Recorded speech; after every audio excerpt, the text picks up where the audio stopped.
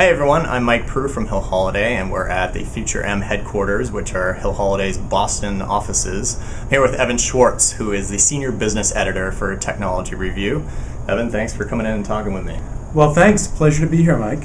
Evan, the Technology Review has evolved a lot in the past 111 years. Can you talk a little bit about how the media landscape, both from a distribution and consumption perspective, is changing the publication? And I put that in air quotes because publication means a lot of different things.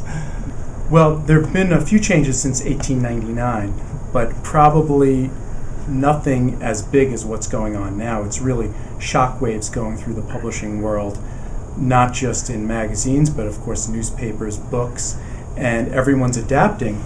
And what's interesting is we're experimenting with new business models, and the readers of Technology Review, for instance, have really grown to love the brand for delivering news and features and analysis on emerging technology.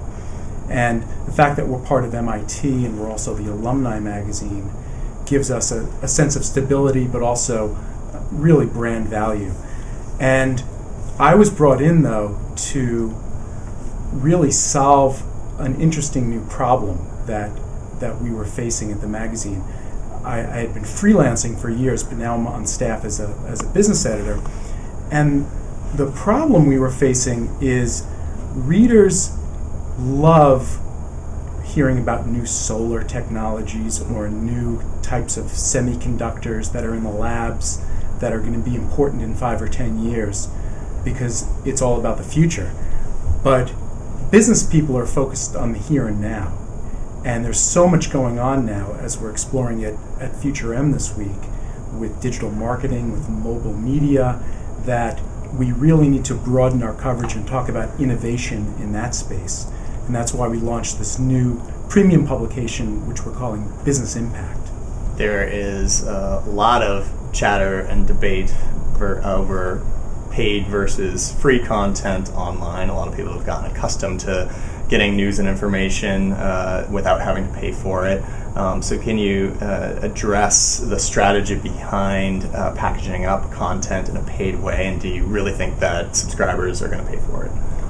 Yeah, it's a challenge because subscribers don't want to pay for anything. They have a resistance to it because so much stuff is free. But we're seeing this massive move now among almost all the major content players.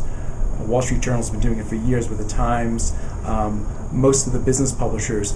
And since we're a business publisher, especially with Business Impact, we think there's just incredible value. And it's not just stories here and there. That's why we're concentrating our coverage on things like digital marketing, that we're putting just hundreds and hundreds of man-hours into this package that we're creating.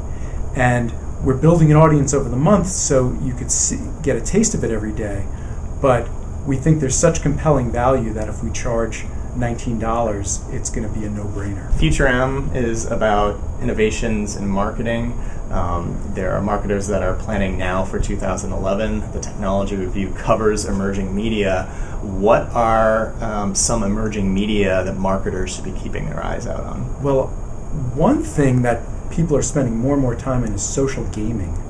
It's just incredible how much time people are spending with things like Farmville and Mafia Wars, and also on mobile platforms.